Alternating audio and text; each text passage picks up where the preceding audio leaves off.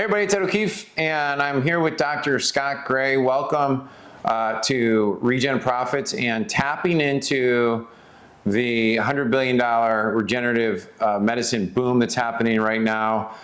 If you are a chiropractor, med spa, functional medicine doctor, or running a clinic, and you're looking to add stem cell patients, hormone, peptide, and any other type of patient that would fall into regenerative medicine, we're super excited because if you want to capitalize on getting patients who are pre-qualified, pre-educated, there's no one who's done a better job than Dr. Scot Gray.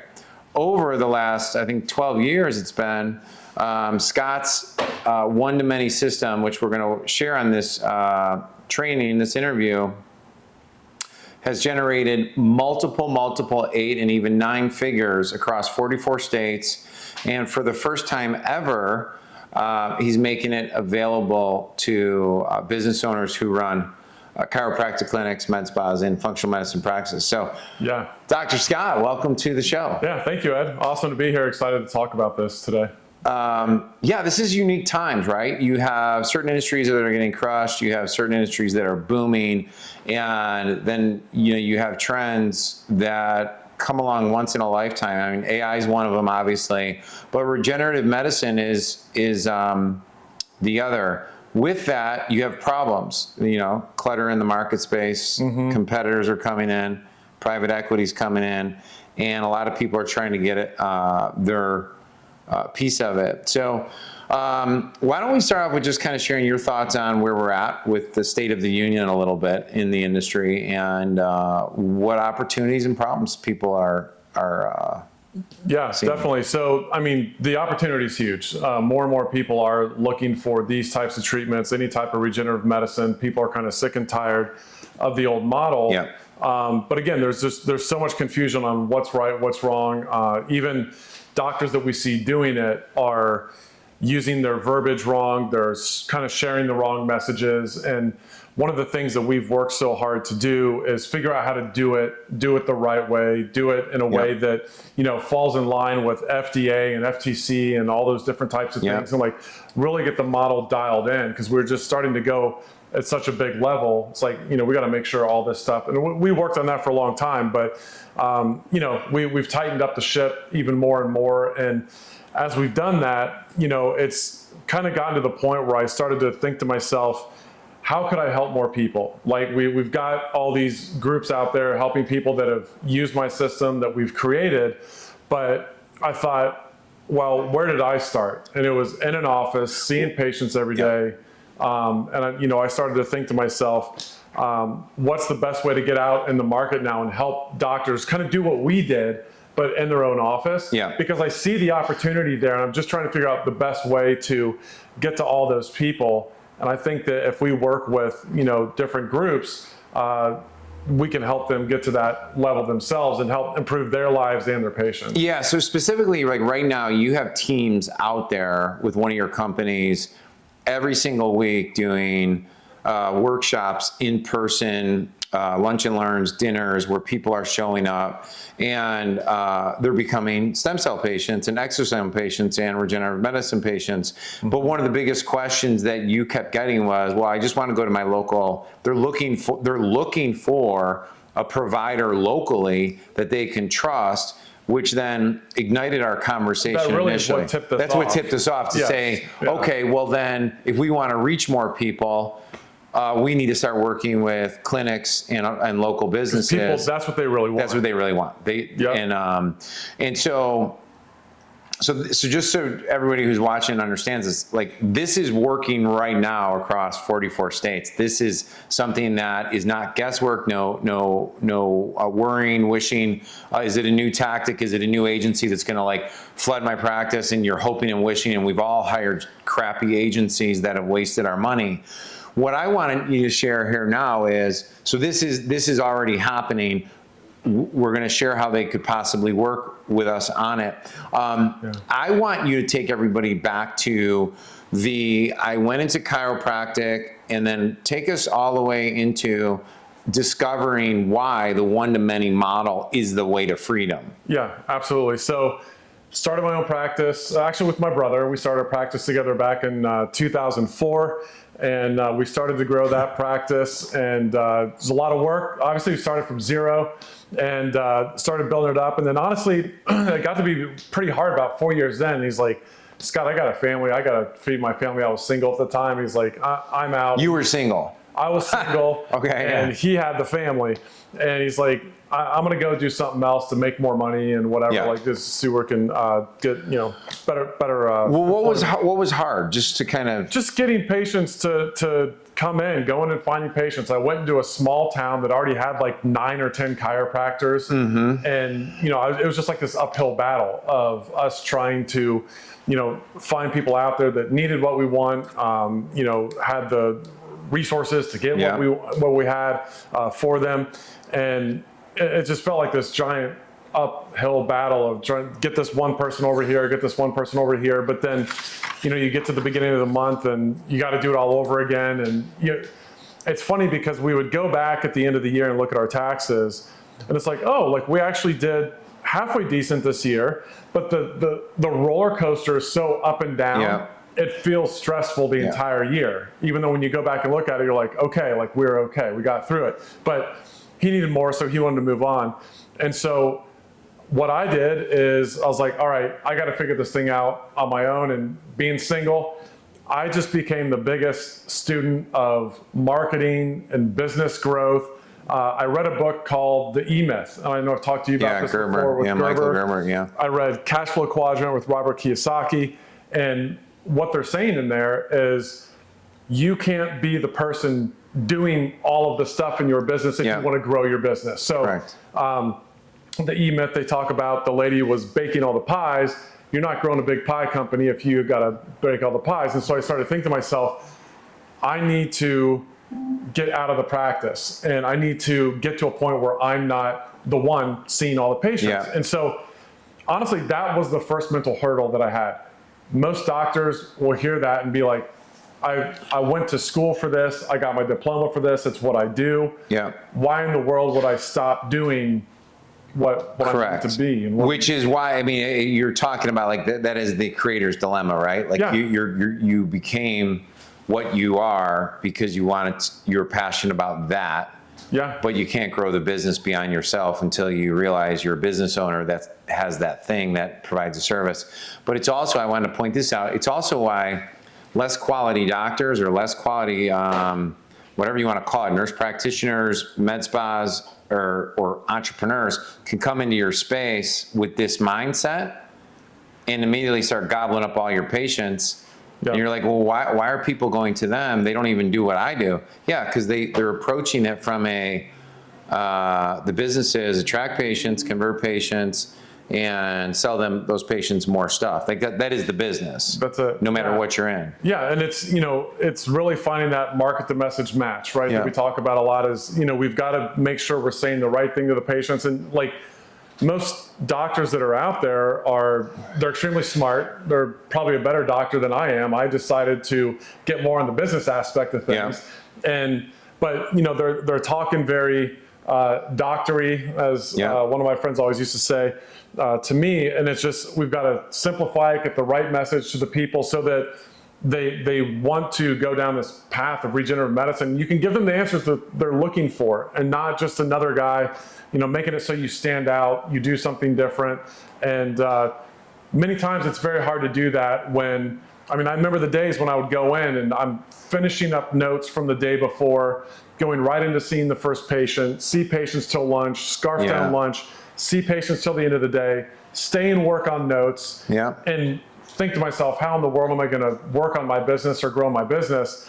And it wasn't until I got over that hurdle and said, okay, I'm going to go ahead and I'm going to hire that associate and get another doctor in under me, so that'll free up a little bit of my time. And I can work on the business a little bit more and start to figure this thing out. And so it actually freed me up then to do more of what I wanted to do. And that was really to educate people. I was really obsessed with getting the message to people, educating them so they can make the best decision in their healthcare. And really that's when I started going out and really building out all of my one-to-many type systems of doing dinner talks. And I literally started this by going out in front of like a Kroger's or a Walmart, I handed out cards to people while they're walking in to get groceries or food or whatever. And I would invite them to a dinner.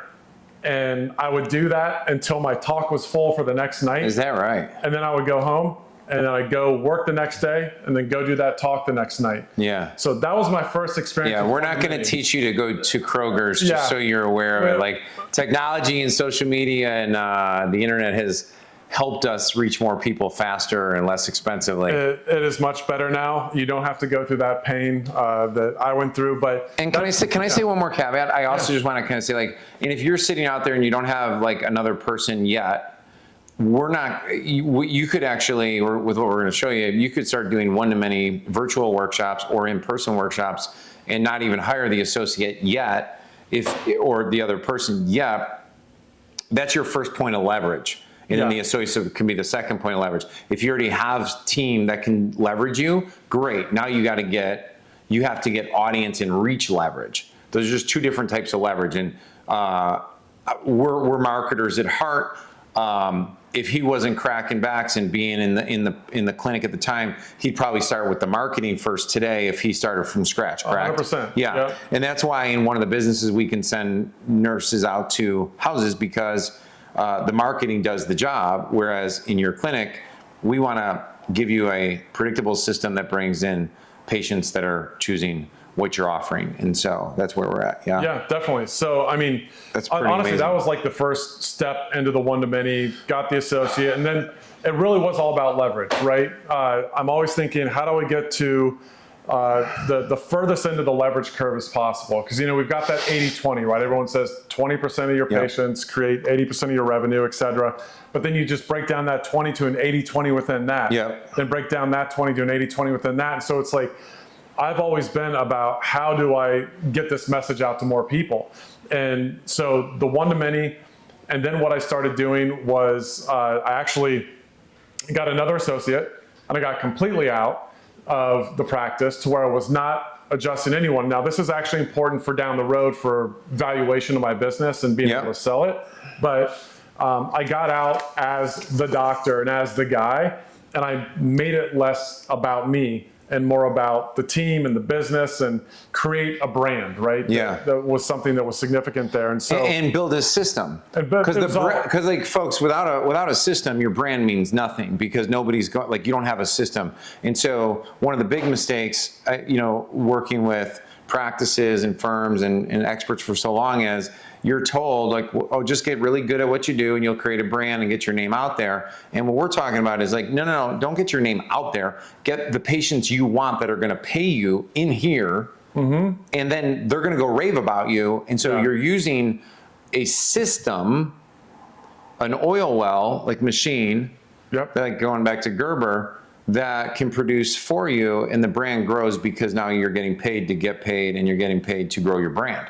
Like, that's it. It's flipping it. And I just want to make that, I know we're saying the same things, but just subtle distinction for the viewer. It's all about the nuance. It's all about the nuance of it. And so, in doing that, it gave me that time to build out those systems. So I was the guy in the back building out, people talk about funnels and emails and video content and all this stuff. So I started, getting all of that stuff together and building the system out so that it could run without me. And the thing that really spurred that was, when my daughter, when my wife was pregnant in 2014, and I was like... Was that your first child? First child. Okay, great. And so I'm sitting there thinking, I need to be able to be home with her. We didn't have a lot of family support. So it's her and I. And it's like, I can't be at the office 12 hours a day, and like, I need to figure this out. And so that's when I started using... life constraints force you to think differently. It totally changed my whole thinking process. And I was like, I can't be doing talks. I need to be able to have this happen online without me. And so now eventually we're doing all of it, and hiring other people to do it. But it's all part of the system. And like, so good. Like you said, like, you'll build into that leverage. You'll start with one leverage point, right? It's like, okay, it's me here. How do I attract more patients that are going to want to do what we do? We do that one-to-many, and we go out and we start with that and start to build it out. Okay, now that we've done that, revenue's gone up, we can hire someone else to bring them in, right? And so there's just a system that you go through of like, this is your next step, this is your next hire, this is your next step. And so that's what we want to, that's what I love helping people do, is just understand how to grow your practice and get freedom from your practice. That was my ultimate goal. Luckily, I was able to do it. Took a long time, took much longer than I thought it would. But it also turned out bigger than I ever thought it would. But I still, again, I'm always kind of looking for a 1 year, 3 year vision, a moonshot goal.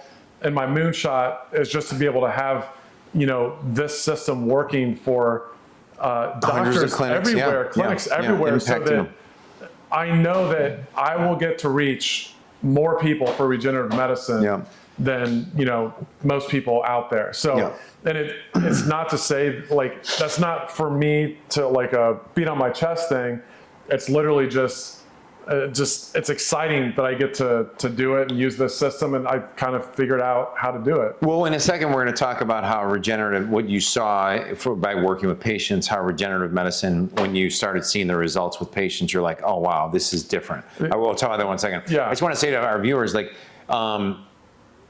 whenever the thought of like, hey, I'm going to go on video or like Zoom and speak to people and like do a presentation or go in person, it almost scares 95% of the population away. And we will get to how to replace yourself from doing that if that's not your personality. Like me, I love being in front of the camera. I love talking, right? Scott, you had to work hard at that, which we're going to talk about that just to get out, because you're an introvert at heart. I hate it. The first like 5 times we met, like at seminars and stuff, I don't know if he ever talked other than be like, I'm always the quietest guy in the group. Almost always. So we'll cover that. We'll get to that. So if you feel like, I don't know if I'm the right person, we're going to get to that in a moment. I do want to like cover though, how the boom is affecting like the population, and that just by getting a small percentage of the increase in the wave, like number one, if you're not doing something that's proven, predictable, systematic, you're missing out on your neighbors, your people in your 1 mile radius right now that want to come to your place, and they don't even know you exist, and you think they do because you've done brand awareness marketing that doesn't work. What we're talking about is impacting people through impacting people. Can you share briefly about why you decided to go all in on the regenerative medicine side and then eventually selling your practices so that you can do stuff like this? Yeah, definitely. So actually, the way it started was met our buddy Charlie, and he told me about medically integrating a practice. And he taught me that, we could bring in someone that could do medical procedures and like even like natural medical procedures and things that I thought were pretty cool. So he said, he connected me with a guy to do that. And so we started talking with this doctor, and he started saying, hey, let's go ahead and get all this set up. We started working with an MD, a nurse practitioner. And then eventually I started hearing about stem cells. And they're saying the stem cell thing is happening. And they knew that I was kind of the guy that has built a lot of these systems because I've already done it for chiropractic. And they said, hey, would you come down and look at the stem cell thing with us? And that's with the medical doctor in Florida. I was actually in Ohio at the time. And so were you doing one-to-many workshops prior to stem cells? A few, I did some chiropractic ones. Now, the good news about that is they were never as successful as Regen, just because of Regen's just... I just want to get a timeline. It's different. Yeah. But I really perfected the structure of my talks and my close with the chiro. And then once I was able to flip that over to Regen, that's when it just went crazy. So I started working with this doctor in Florida and going down, meeting with him, talking with his patients before and after, and learning about what stem cells or, the tissue allografts, whatever people call them, what they were doing for people. And so I just got more and more interested in it, studied it, started working with these MDs, and then hired the medical teams that I needed to bring them in and do that knew what they were doing. And so I opened a practice in Ohio that focused on that, the regenerative medicine. We did that for a couple years, and then it was probably less than that I sold my chiropractic practice, because I sold my chiropractic practice in July of 2017. I probably made that decision in February that year. So basically what happened was I realized, what do they say in the Bible? If you serve two masters, you can't serve two masters, right? And a house divided is going to fall. Yeah. My attention was getting divided. Yeah.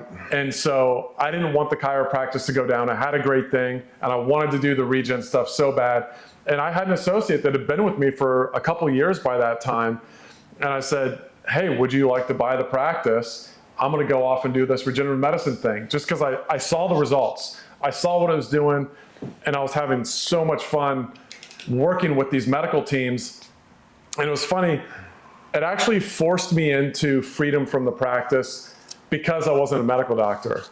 Because I might have been the one as a medical doctor just to jump in and start doing stuff. And that's another objection. We're probably gonna have people watching like, well, I'm not a medical doctor. So keep going on this and then explain how you work with medical teams in order to be able to. I just thought of it like a hospital, right? A hospital, a giant organization. Yeah. Who's at the top of that? A CEO, a COO, a PR person, like business people that find the best clinicians around them to bring them in to provide amazing care, right? And then they have to do all the other business stuff. And I'm like, well, that's what I got to do. I got to bring in medical professionals that are awesome, that can do this and provide amazing treatment. And then I can run this, and I can work on getting someone to go do more talks. I can work on, hiring more nurse practitioners and training them, and going and looking at the products and what's the best product, and really, doing the quality control and things that I needed to do to make the thing work. So it kind of forced me to do that, which I still liked educating people, and I would do the education part, but then just hand them over to the medical team to do the rest of it. So we did that in Ohio. And then once I sold the chiropractic practice, my wife and I just wanted to move to Florida. We had, our daughters were very young. So it was like, great time, let's go do it now. Time. So we went down to Florida, and I just decided I wanted more practices. I wanted more regenerative medicine practices. So I started going and working with different teams, and we started 8 practices on the west coast of Florida with regenerative medicine. Still had Ohio going because I had an amazing team there. There's a lot of people that ran that were just like my core team. Yeah. That were still keeping that going. And so we did that for several years until COVID came, and a lot of it was based on talks at restaurants with people with experimental care. The model was like totally not COVID compliant. So we redirected everything, and then we started, really focusing more on going out to people and helping people. So I worked with some folks, a team that created a system that basically took what I had done in the offices and said, let's do this thing out and really expand it. And so they were kind of the first group to license my material back in 2018. And I think, they've done multiple 8 figures with the model. And so it's with salespeople, not doctors. Correct? Yeah, we call them chief education officers. Chief education. Think about that, folks. Imagine inside your business, you have a chief education officer, and we'll talk about where in the steps of leverage that comes into play. But they get you have someone interview them, hire them for you, then or then they come through obviously in our thing, but then they get trained on your system the same way now we're making available to chiros, mod spas, functional medicine doctors, so that they could do it there and reach people there. But it's pretty amazing. It has nothing to do with their medical background. No, all they're doing is think of a PR person for the hospital. Yeah. They go out and they give a presentation. Yeah. And if they think they need the care, they go in and see the doctor. Yes. I mean, so good. That's it. I mean, it's just like, it's like what's the hospital? I have a PR person out there talking about what we do, explaining it. And then if they want to go further, they can set an appointment with the medical team to go meet with them and see if it's actually something that's going to qualify. And the one thing I want to speak to that you just said was, I'll just share this story. So I was talking with one of my buddies that he helped grow. He ran a sales team that grew and sold a software company in Silicon Valley. And I was just talking to him about how he did it. He's like, Scott, my secret weapon was my sales guy. I was like, what are you talking about? He said, I had a guy that had a system for hiring salespeople, and we locked it in on exactly who I needed because I knew exactly who I needed. And everyone he got me worked out. Wow. And so I had the best salespeople in Silicon Valley, and we just crushed it. And I said, is he still working? And he said, yeah. So I've worked with this guy over the last year. He always takes our top 5 to 10% of salespeople, and we continually put them through processes to refine exactly who is the best person. Yep. So when I work with offices now, I can guarantee them that this person's going to work out 98% of the time. This person's going to be amazing for you. And again, being an introvert, I didn't always like getting up in front of crowds. I didn't like talking about money with patients. Yeah. I didn't like feeling like I was a salesperson. And the best thing a doctor can do for freedom in their practice is to get someone that can communicate like a PR person for them and have a case manager in the office that can do these things. Yeah. So they can just focus on clinical care and helping more people. That, I'm telling you. Or hiring your associate if that's what you want to do. Yeah. So that's freedom. Cool. I love Absolutely. it. I love it. Yeah. This is amazing. So I don't want to take you sideways if you were on a thought there. What I did want to talk about was two things. One is, for everybody who's watching and you're like, we're considering, or we added peptides, we're doing some stem cells. Oh, question, how would somebody, if they're already selling stem cells right now, then this isn't you can like just take a deep breath for like 30 seconds. But if somebody's like, we like to add stem cells to the clinic, how do people do that? Like, how do they medically integrate? Medical integration is, so I'll just tell you how I did it, and I've helped a couple other offices do it. And that is really, you're hiring a medical director, right? That's going to oversee your protocols and everything that you do. And you've got your nurse practitioner. You set up that entity, and I don't want to get too far ahead of myself because it's okay. You've got to check with your attorneys because every state's different. Yep. Like in Texas, it's got to be owned by a medical doctor. Yeah. So I couldn't just start a medical clinic. Is that right? I would have to go into business with the medical doctor and say, hey, do you want to build stem cell clinics together? I'll kind of do the business and marketing education side if you want to do the medical side, right? And you could create that together. But some states you don't need that. So there's different ways in which you have to do it based on where you are and how close your medical doctor has to be to the office and all that. But one of the things that we've also really nailed is being able to hire nurse practitioners and find them all over the country, because that was one of the big issues at the beginning. Like, how do I find someone that's going to want to do this? And there's a lot of nurse practitioners out there that maybe have their regular job or they're working like 312s and they want to just go and do like a day in an office, so that kind of a thing. So there's lots of opportunity, but you do have to look into your state and what the laws are there. But typically you're working with a medical director, and whether they might want to do injections and treatments themselves, or they might want to have like an MA and an NP that are actually doing treatments, exams, and all those types of things. And then you can set that up. You could have them rent space in your office. You could set up your own office. But again, you just have to look at the legalities where you are. But when I integrated, it probably took me 2 or 3 months to get integrated, and we were good to go. Well, what I think is super, so going back to this, I want to go, what's really interesting right now, just from a profitability perspective and a enterprise value perspective, is like we've seen it, like when we generate leads for, say, somebody who's interested in stem cells, and they list out, they take the survey and they have all these problems, joint pain, blah, blah, blah, just want to get my life back, blah, blah. Yeah. The thing is that a lot of the peptides that are coming out now as well, because the one challenge you have with stem cells is they come in and it's just a one-time transaction. Right. But if you're in business locally, I now have people that are like, well, they come in with these problems, whether it's shoulder, knee, injection. Okay, those are better. But guess what? I'm fatigued, or I have low T, or I have low estrogen, or whatever they're male or female. And now I have all these other options. Like I could go on a hormone replacement therapy, or there's a peptide stack. This wasn't here. I mean, hormones were, but now peptides from a residual income with layered on top of hormones, all of a sudden, regenerative medicine clinics are more profitable than dental implant centers. I mean, it's changing the games. And, it is, because it works. It works, right? Yeah. People are doing these peptides and they're losing weight, they're gaining muscle, they're feeling more energy, life is changing for them. And so they want to stay on it. They want to keep doing it. And so that's the beauty of the system. Is the system really was a chiropractic system that I built.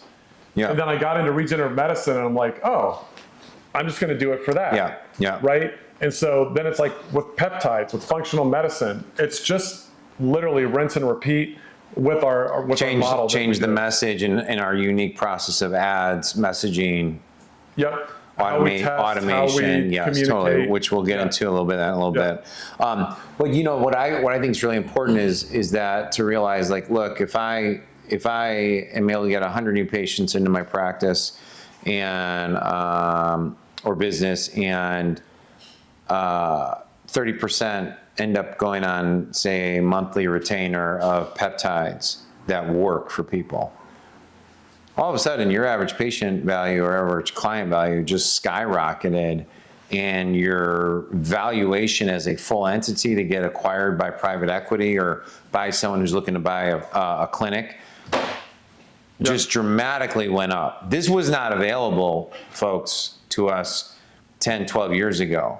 And private equity loves medical right now. The freedom formula here is pretty outrageous. You were talking about what is the tipping point offer? So with the tipping point offer, the whole idea is that how do you stand out? Yeah. Right. So if you look at, a normal person that goes to buy a TV, don't really know anything about a TV, and you go to Best Buy and they all look the same to you. You have no clue. And it's like, this one's 700 and this one's 2,000. Why would I buy it here? Yeah. I can go to Amazon and get it for $100 cheaper or $200 cheaper. Well, Best Buy did something really smart. And what they did is they said, hey, if you buy that here, we're going to come to your house today. We're going to get it out of the box. We're going to put it up on the wall. We're going to take all the trash away. We're going to hook it all up for you. Yeah. We're going to test it, make sure it works. If you have any problems, then da-da-da, right? So why do I use that example? It's going above and beyond. Like, everyone else is just like a commodity in the business. I can go get treatment here. I can go get treatment here. You're going to do this. What we did is we started to really look at the process of how can we make what the patient gets the best thing possible, but present it in a way that is easier for them, more white glove, more concierge, where they feel special, VIP, make them feel special, give them more support. And we created something that no one else offered. Yeah. It's a tipping point offer that nobody else offered. So we were totally different in the marketplace. Obviously, people start to copy, just like, they always used to ask Ray Kroc with McDonald's. They said, you come out with something new and, Burger King's got it a week later and they copy, and they're like, well, we innovate faster than they can copy. Yeah. I really see that's really where I fit in, is I'm more of on the innovation side of things and just kind of creating the new model and making the model better and that type of thing for offices. And that's how we've done this, because I'm always thinking, how do we do it better? Well, how do we do it better? And then can you just walk everybody through like pillars, like what is the model? Yeah, so I created this thing called the patient infusion model, patient infusion method, and it's not about infusing them with anything. It's about infusing your practice, and growing it. And it starts with, how do we get our hand up? How do we start to get leads? How do we talk to those people when they come into our practice? Then we've got, how is the front desk working with them, right? There's a whole system around that. How do we deal with money in our office, right? What are the systems around that? What do you need to have instilled in your office to be able to take the right payments, the options you can give? How do you give a presentation? How do you hire the right people to get leverage in your business? Yeah. So it's just kind of like all the steps that I had to take. So how do I get leads? How do I have a great staff that greets them and makes them excited to be here? How do I, deal with money and collections and all that? I need to do seminars. How do we do that? I need someone to do seminars. How do we hire that person? Here's how you hire that person. Here's how you get them in the office. How do I do a consult with a patient? So I have a whole section on how do we sit there with a patient and talk to them, whether that's you or the case manager after the diagnosis. But literally, it's step by step, every part of the flow that you have to do in your practice, from introducing yourself to a patient to then becoming a brand ambassador for you, telling everyone about you. And so, I mean, I don't want to get into Can I ask you a question though? Like, so when you go into like I think it would be too much for that right now anyway, but it's like, by generating the leads and then having them watch a presentation first, that's proven. Yeah. What is the quality? This is kind of where I was going more to it. So like, you generate leads, they watch a presentation, either virtual or in person. Mm-hmm. They sign up for a paid consult, right? So you're not offering just free consultations. So you have a higher quality lead. What is the difference that you saw when patients saw your presentation before they came in and accepted treatment? Oh, it's night and day. Like, you don't want anyone that hasn't seen the presentation, because what happened, the presentation's been built in a way to answer all the questions that are out there. It's answering every we've heard all the questions, they're all the same. Yeah. And so we get it all in the presentation. So they get all their questions answered before they come see you. So the biggest change was just time of the doctor. They come in and they're like, I really like this. I just have one question. That's totally what it is. Yeah. I just have this. Or I've had people come in with like cash and just lay it down and say, how many injections can I get for this? And it's like, hold on, we got to do an exam, and we got to, we got to do this right away. But getting someone that is educated, they've had all the normal objections answered, and we just walk them through the process. You want that person coming in kind of knowing who you are, a little bit about your practice, and knowing that they kind of connect with you. Yeah. Because the reality is, there's going to be people that would connect with me in an office that, would not connect with my competition down the street, and vice versa. Yeah. To where it's like, oh, that tall, lanky guy, we don't have anything to do with him. Which actually, I think you're bringing even a better point up for those of you worried about like competition. Like I forget the guy's name, wrote the book, A Purple Cow, but like Seth Godin, but like people who are like you and like your vibe and like your communication style and who you are, like Scott's already shared, he has two daughters. I have 7 kids. Family people are more likely to be attracted to that than a committed, I'm going to be single the rest of my life, I don't want to deal with it's not that they're anti-family, it's just that if they see a different person that they relate to better, they're going to that person. It's just, so which is why this is so important for you to understand. If you're watching this, you're like, oh, I'm in a super crowded market. Well, exactly. Then be different by running a system that everybody else isn't doing. And let me just tell you this, if everybody in your area started running this system, the only thing that would happen is there'd be a lot more patients educated on the benefits of stem cells, exosomes, peptides, hormone therapy. And guess what? All your clinics would have more people because the awareness of the community would be so much more sophisticated. Yeah. Now, can I keep my ramble? Because I like this part. So like when Dr. Scott, so now then you take it to the next phase, which is going to be a part of the program when working with us on this, is another part of differentiating yourself is you do what we're Dr. Scott and I are doing right now. You create opportunities to educate people, to reach more people. Facebook, Instagram, YouTube have never made it easier, and even TikTok, for us to reach people that are interested in the content that you are producing. Mm-hmm. Now, Dr. Scott talked about your tipping point offer. What I'm going to tell you this is, whatever objection you are facing the most in your business, create a video that answers that question and then run it for $3, $5 a day in your local area. I'll give you a couple examples. Like when I work with dental implant doctors in the past, when people think of dental implants, the first question they have is, aren't dental implants expensive? And so our best converting video was one that addresses cost, fees, investment up front. And you do a 3-minute video explaining the whole thing. This is how we finance people.